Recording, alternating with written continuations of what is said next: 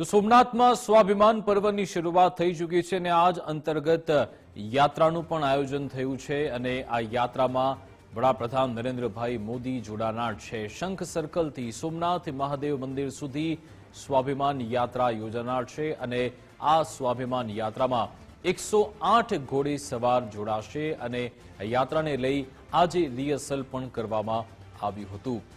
સોમનાથના સાનિધ્યમાં સ્વાભિમાન પર્વ ઉજવાઈ રહ્યું છે અને અંતર્ગત એક યાત્રા પણ થનાર છે અને જેમાં શંખ સર્કલથી સોમનાથ મહાદેવ મંદિર સુધી આ યાત્રા યોજાનાર છે।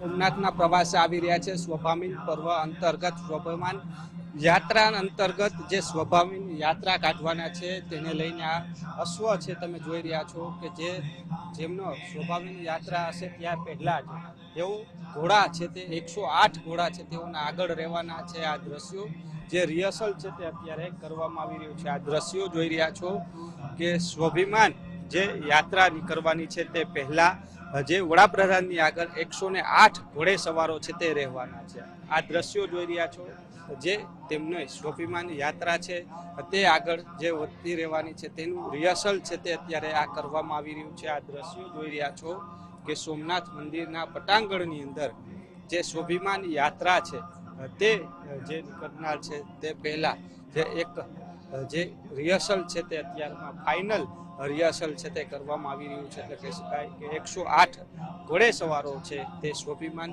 યાત્રા પહેલા જે રહેવાના છે અને ત્યારબાદ જે વડાપ્રધાન નરેન્દ્ર મોદીનો કાફલો છે તે પણ આ સ્વાભિમાન યાત્રામાં રહેવાનો છે। એટલે કહી શકાય કે સોમનાથ શંખ સર્કલથી તેઓની આ સ્વાભિમાન યાત્રા છે તે પસાર થવાની છે। તે પહેલા જ જે અત્યારે ફાઇનલ રિહર્સલ છે તે હાલ કરવામાં આવી રહ્યું છે અને તેના સીધા જ દ્રશ્યો ગુજરાત ફર્સ્ટની ટીવી સ્ક્રીન ઉપર આપ જોઈ રહ્યા છો। કેમેરા પર્સન દેવજી રંગાડિયા સાથે રહીમ લાખાણી, ગુજરાત ફર્સ્ટ, સોમનાથ।